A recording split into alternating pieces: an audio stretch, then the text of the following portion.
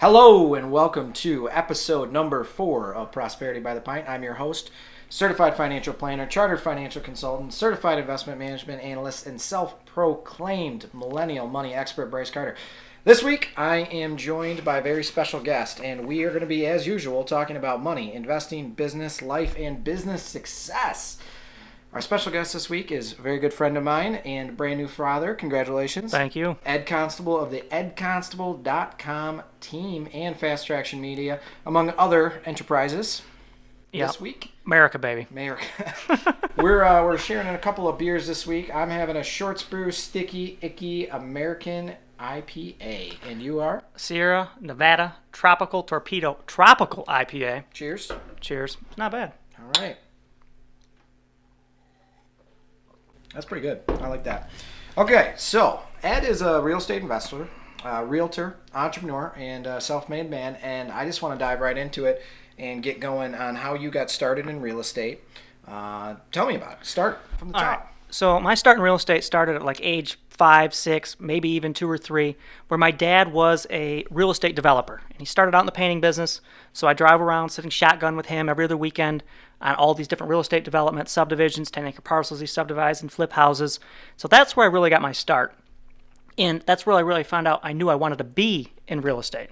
But then the crash came, everybody went bankrupt, including my father, and I went off to college, and I couldn't find a single college that had a real estate program, because not many people go to college just for real estate. So I ended up at Northwood, graduated from there in 4 years, and 6 months out, bought my first commercial building in downtown Linden. All right, so let's back up a minute. Okay. So your dad was a real estate developer. Yes. Made a lot of money. Yes. Went bankrupt. You got it. What'd you learn from that? Because that had to be an experience, right? Yes, it was definitely a roller coaster. He moved 10 times in 10 years, started out in a 500 square foot house on Eagle Court, and ended up with a $3 million estate and private lakes and cars, and I was living the dream, the high life. And I definitely learned a lot from that experience. One, the biggest thing I learned from him is anything is possible.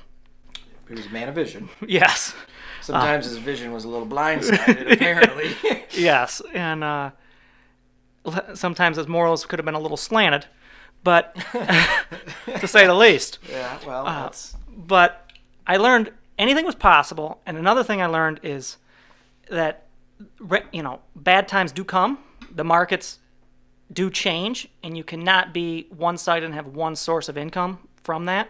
And his only source of income at that time when the crash happened was developing real estate. Sitting on 500 acres, a lot of it paid for, leveraged to pay his bill for a little while, and then he's got 500 acres in Oakland County he can't do anything with. No one's buying land. So that's ultimately, some of that is a cash story, right? Yes. Because at the end of the day, if I have my mortgage paid off, but I only have $1,000 in my checking account and nobody's lending money, it doesn't matter. You got it. Cash is king when it comes to personal finance. Yep. Right? So I want to talk about Northwood for a second, because one of the things we talk about on this podcast is issues monetarily that affect particularly young people, millennials, right? So you took on some student debt, I'm guessing. Yeah, a little bit. And do you need your degree to do your job? Absolutely not. Okay. So we were told that we should go to college, right? Yeah, brainwashed. In order to pay for it, we have to get out student loans. Now, this isn't a knock against college. This is just the reality of the system. No, in college, I learned what my Social Security number was. There we go. So we are told that we're supposed to go to college. We got to pay out debt to do that. And in reality, you're making a shit ton of money right now with a college degree that you don't use, right? Yeah, I learned one thing in college. What was that? Besides my Social Security number, the first week, because my mom used to fill out all that stuff. The biggest thing I learned in college, when business is good, you advertise. There we go. And when business is bad, you advertise more. That's actually a really good business lesson. Yeah. But I don't know that you needed a 4-year degree to know that. I mean, there's a couple books out there. There's a guy named Gary Vee. You should check him out. So, well, let's fast forward. You're out of college. 6 months in, you bought your first unit. Yes. Talk about that, because if I remember right, I heard a story about you putting this on a credit card or something stupid like that. We tried. Some Uncle Ricky financial advice there. Okay, so it was an interesting experience, and the market's crap. There's this building in downtown Linden, and I'm keeping my eye on all these little cheap deals. And now this building in Linden was on the market when I first saw it. So you graduated in 11 or 12? 11. 11. So market crashed in '08. Things hadn't recovered by 11 yet. So No, there's it was some still, deals out there were some very good deals. And this thing was foreclosed on for $180,000, sitting on the market for $49,000. It drops to $29,000. I'm like, I'm writing an offer. And my offer was $5,000. First unit, you put an offer in $5,000. Okay. So, needless to say, they did not take it. But at the time, all I had was $5,000. So they counteroffered for $17,900. And that counteroffer, I didn't have $17,900, but I had a crotch rocket, I had a little bit of money in the bank, and living in my mom's basement, my bills are really low, and I accepted it. I did not know where I was going to get the money from. I just trusted I'd figure it out, and luckily I had good credit, and my mom had good credit, but neither of us had any money really, but we went to Financial Plus Credit Union, and my mom lowered her limits on one of her credit cards. Not sponsored or endorsed by Financial Plus Credit Union? No. We went to the credit union, and my mom lowered her line of credit on her credit card so we could co-sign together for an unsecured personal loan for $15,000 at like 12% interest. So you bought your first unit at what you would hope to make on a reasonable unit today, interest rate wise. Yes. You hope to make 12%. If I could make 12% on every deal, I'd be tickled, and I was paying out 12%. Okay, so that's a tough gig. Yes. Okay. How'd that work out? Well, it was definitely a roller coaster. And speaking of roller coaster, the floors in this building were 18-inch buckles, so the floors were kind of a roller coaster. And while all my friends that summer, they're out partying on the lake, 4th of July, I spent every day after work, every weekend. It's 98 degrees on a 4th of July. Our friends are out partying on the lake. We're invited. And my now wife, then girlfriend, myself are in this unit, rolling, painting, spackling, and fixing up this unit. And it's what we did. We lived this building for months to get it to the point where I could rent an apartment just so my very first tenant wouldn't pay me. Oh, wow. So tell me that this first unit has a good story, good ending to it. What ended up with the... Well, I didn't give up the whole time I had it. It's definitely blood, sweats, and tears in that thing. And I bought my second one. My first one still wasn't even profitable, but I had the faith that it would eventually happen. Mm-hmm. Now, shortly after that, we refinanced it to get my interest rate down a little bit. In the refinance, I pulled a little money to repave the parking lot. I put in a concrete parking lot, fixed the building up a little bit more. Now it's paid for, nets me $1,000 a month without getting out of bed. So not a bad gig for the first round. No. All right. Took a little while, but. So how many units are you up to now? We get about 50 tenants. Okay. So you're at 50 tenants. Yeah. You're selling real estate on that as well. What's your main job now? Is it real estate? Is it selling real estate as a realtor, or is it being a landlord? Well, I would say as far as my investing side, I call my landlord side part of my investing, wing of my real estate, and then there's the selling side. I'd say the income from each is probably pretty proportionate, split, okay, somewhat even.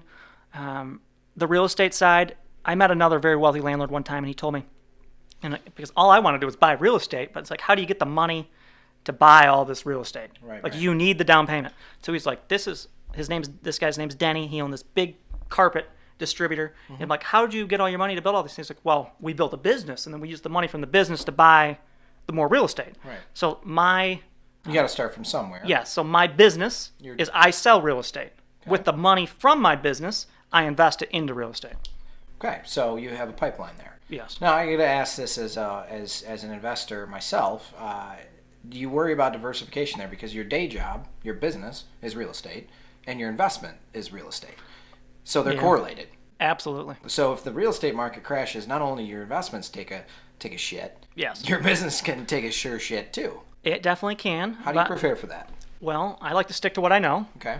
And like we said earlier, cash is king. Okay. So you like to sit on a little bit. There's a lot of things you can do, though. And the biggest thing is I don't over leverage anything.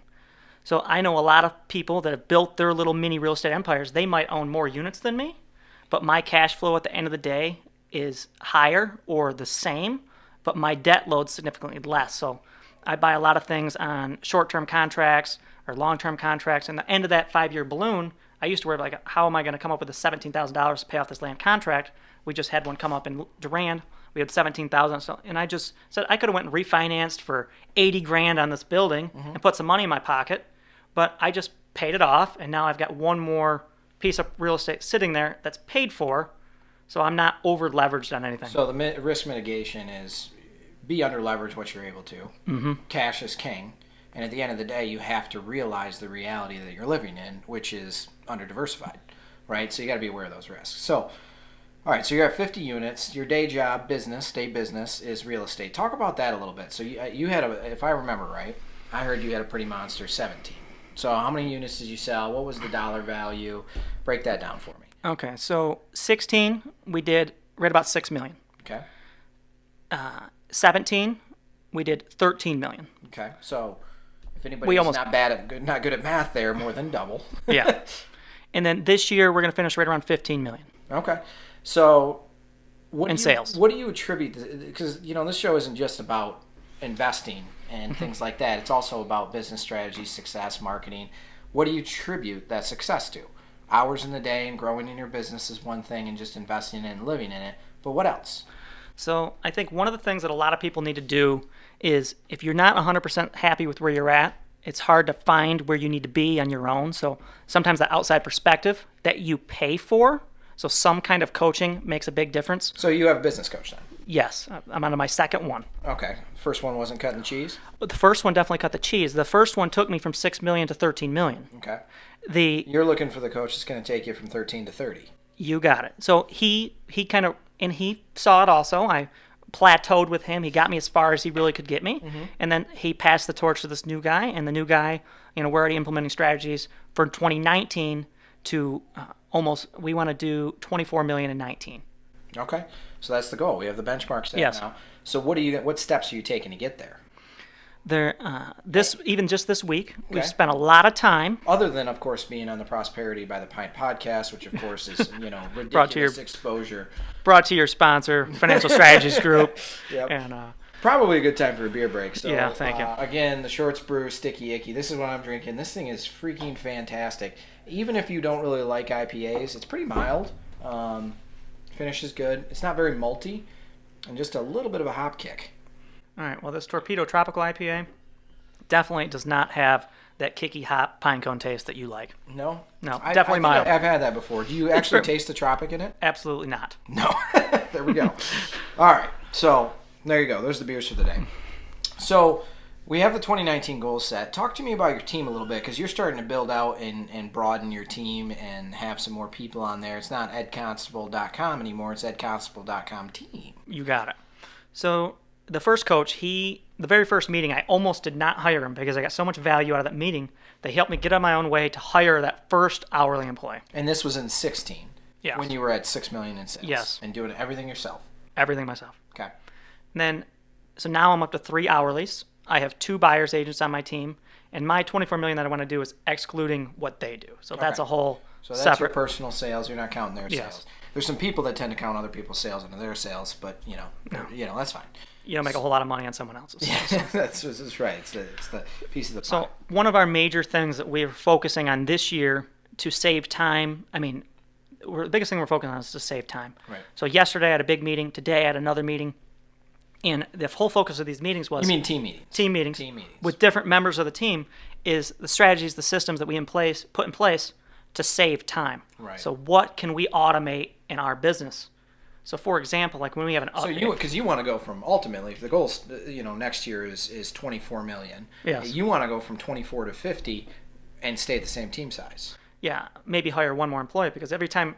If you have to hire another person every time you add $2 million in sales, it's like, what's the point? Yeah, you're looking at it's basically it's taxes at that point, right? It's yeah. Dismotivation from working, which nobody wants. So no. So that makes sense. Automating the business, which one of the things that we talk about on this podcast too is the advantages that we have as younger people, and that's technology. Yes. We can operate at a lot more efficient level, right? Mm-hmm. So you bought a billboard. Right, you have a billboard, or have had billboards. Yeah, I've had lots of billboards. What do you pay for $2,000 a month for billboards? Approximately. And how many people do you think see it and look at it and recognize it? Well, on a monthly basis, maybe. They say that you get like hundreds of thousands of impressions, but when you go out in public, like we can be sitting at Applebee's and they'll recognize us either from a TV commercial or a billboard. Well, a lot of times it's because they know you already. They ran into you at a chamber event. Yeah, it definitely helps. So advertising helps a lot more when you are out networking and working it. But the point of saying that is, you're spending $2,000 a month. If I put $2,000 a month behind promoting this episode, how many more people do you think we'd reach than your podcast? Oh, And that's where social spend is way better. Yeah, so that's where technology has helped us as young business owners embracing it, right? And it's a more engaging impression also. So that brings me to my next thing, which is Fast Traction Media, which is another business of yours. So you've got your real estate investments. Yes. You've got real estate as your profession and your business, and now you have Fast Traction Media, which is a completely different animal. It is a different animal, but a lot of the clients of Fast Traction Media are also real estate related individuals. So some real estate, what is Fast Traction Media? Because we haven't talked about that at all yet. It's a small advertising firm, and Fast Traction Media handles all of my things. So my partner on it, Drew, is Michigan State grad, videographer. He's worked for TV stations. His video content's unbelievable. His website skills are awesome. So he's just a really, really good all-around resource for advertising for any small business. And so one of the biggest clients that we try and tackle and approach for Fast Traction Media is lenders. So you've done a really good job of creating social content, whether it's videos, drone videos, which have been very, very successful, writing blog posts and so on, and that's driven your business. And the goal of Fast Traction Media, from what you're telling me, is to help other people in the real estate field improve their presence digitally. Yes, and not necessarily my competitors. It's more of my partners, mortgage lenders, appraisers. So like we built a website for Matt Keyway, is a lender that we use a lot, and I'm like, Matt, you need to write a blog post about this, and here's almost a blog post that you can rewrite, put your own twist on it. We post it, and he does one or two of those a month. I'm like, send out a review request to all your people, get your 20 Google reviews. Next thing you know, if you Google mortgage lender in Flint, Michigan, he pops up. People just randomly call him and get in business. And he's like, hey, I got to call up my website, and then he passes that lead for me because all the work that we did to get him there. Right, you're teaching you're teaching the chain of success for digital marketing. Yes. So, what's the goal for Fast Traction Media at the end of the day? I mean, you want this it's not a profitable venture at this point for you. No. At least not in dollar terms. I mean, you get a lot of, credibility from it. You're building stronger relationships with referral partners. But what's the end goal with it? It's not a business that I want to be huge. I want to put more of my focus and energy on building the residual side of investing in real estate, office buildings, apartment buildings, stuff like that. I would like it to get to the point where it brings in $10,000 a month and I don't have to be the CEO of it. Right. But if it doesn't get there, it kind of is what it is, and it's a lever that helps us learn how to spend socially on ours.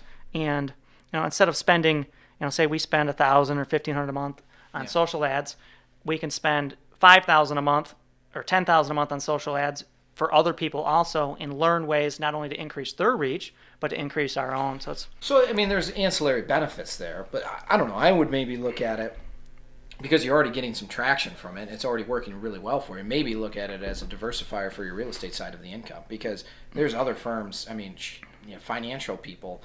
We're terrible at it. I mean, I think we try to do a pretty good job at Financial Strategies Group of being out there. Oh, your guys' stuff's awesome, but the as benchmark a whole is pretty low, and you have high profit margin business that's spending very low on social. I don't know. It seems like it might be a diversifying opportunity. It definitely could be, but there's only so much time in a day, and you can't do everything. That's right. Automation. That's what we were having meetings on. So, one of the things I wanted to get your opinion on for the listeners is real estate is a side hustle. Because I come across this all the time, is people wanting a side hustle. And my go-to advice, now this is from a financial perspective, is your returns on real estate, particularly rentals, can be great. Flips, not so much unless you're in the business and you have relationships with contractors and such. But real estate as a side hustle, particularly rental incomes, can work out well for you if, and this is a big if you're treating it as a business. Right? If it's this thing you do is this on the side and you get irritated every time there's a phone call on your first rental, it's not going to work for you. Yeah. But you have got to treat it as a business. But that's my perspective as a financial advisor. What's yours? All right. Because you've done some property management too for others. Yeah. So the biggest hurdle I see with a lot of people getting into real estate is you can't have just one. I think you could have two or three. You can't have just one, because a lot of people, if they have just one and that one house goes vacant, the cost of the rehab, the cost of that mortgage while it's sitting vacant, and the heat and all that stuff in the middle of the winter could sink a lot of individuals who are living paycheck to paycheck or close to paycheck to paycheck. Right. Excuse me. Well, that's And- what happens when you drink beer on Yeah. a podcast. So for those of you that are listeners and or viewers, Bryce can has got see my big beer's- gills. my beer is gone. That usually doesn't happen. That means it's a winner. Also, usually I'm the one that's doing all the talking, and this time our guest won't shut up. I'm sorry. Excuse me. Did I say that? Continue. More than one. You need more than one, and you cannot be friends with your tenants. Don't save their phone number in your phone. Don't even remember their name. You just have a system. I'd recommend Trello. It's a system that we use for almost every section of our business to organize lists and tasks. Trello is not sponsored in this show at this time. We're open to sponsorship. And it's a free software that we use to manage all sorts of segments of our business. But put their phone numbers in Trello. Put their contact, emergency contact, their rental application, their lease. Put all that stuff in Trello. Don't save their phone number in their phone. Don't answer. If you do save their phone number in their phone, don't ever answer it. Let them leave a voicemail. Call them back and deal with it, because they're going to want to talk about their grandma and their drama. And as soon as you become friends with these people, they think it's okay not to pay you on time, and then you feel bad evicting them on Thanksgiving. And it's just, you do not want to know them. It's a business, and Treat it as such. it's a business that you do not want to be friends with your customers. For the record, it doesn't mean that you don't have a heart. Eddie does a lot in the community. You've got a couple of nonprofits that you're supporting, things like that. So Yes. it's not about having a heart, but Little shout out for the Onesie Charity Pub Crawl, FentonPubCrawl.com, January 19th. January 19th. This podcast might not be aired by January 19th, but that's okay. You can Next get year. on it next year. The thing being with it is, if you are the owner of a particular unit and your payment is $700 a month and nobody's paying their rent, but they're living there, Yeah. you still have your $700 a month. Yes. And if you don't pay it, you lose your property. You got it. Right. And so it's got to be the If same they for don't the pay, renter. they need to move also. They also need to find another location. So here's the thing. Real estate as a side hustle can work. Sounds like you agree with me. You got to treat it as a business. Yes. Okay. Another problem, briefly, a lot of people overpay for rentals. So houses that we live in, Yeah. this home we're sitting in, the ranch, The ranch. It's Carter Ranch. this was an emotional purchase. This house has value because of emotion. A rental property Any home that you're living in, any house that becomes a home is emotional. is emotional. Right. Real estate investing is 100% all financial. So you could have a single family home right here that sells for 200 grand. It's 2,000 square feet. You could have a duplex directly next door that's also 2,000 square feet. That duplex could be worth $20,000 or it could be worth 300, all on what the rents are, how the utilities are structured, what tenants pay for what bills. There's so many factors that can affect It's the a net. numbers. It's the numbers game. Right. So I like to equate things to stock investing because that's What you do. That's what I know is that I may really like a company's product. For instance, I really like Miller Coors. I happen to drink a little bit of Coors Light in my day. But if they're at a higher price per earnings than a company that seems to be growing faster, let's just call that company Anheuser-Busch, but that's a bad example because I don't know that's a better scenario right now, but let's just happen to say Anheuser-Busch is growing at a faster rate, they're at a lower price per earnings. Why would I emotionally buy Miller Coors just because I like it? You wouldn't. You wouldn't. That's a bad decision. Yes. Right. So real estate, you got to equate that. And the rule of thumb for just to put a number on how much an investment property is worth is I use it Listen tight. is Got a number 10 here. cap. 10 cap. And a 10 cap equals what a property will make in 10 years. So if you take income minus taxes, insurance, management fee, vacancy, maintenance and repairs, insurance, any utilities you got to pay, lawn care, roof slush fund, all that stuff, your true net. So it could be $3,000. A property that makes $3,000 is worth 30 grand. If it makes 100 grand, it's worth $1 million. Okay. So the idea behind that being you need to find out for your area and your financial situation what an acceptable cap is. 10 is a starting point.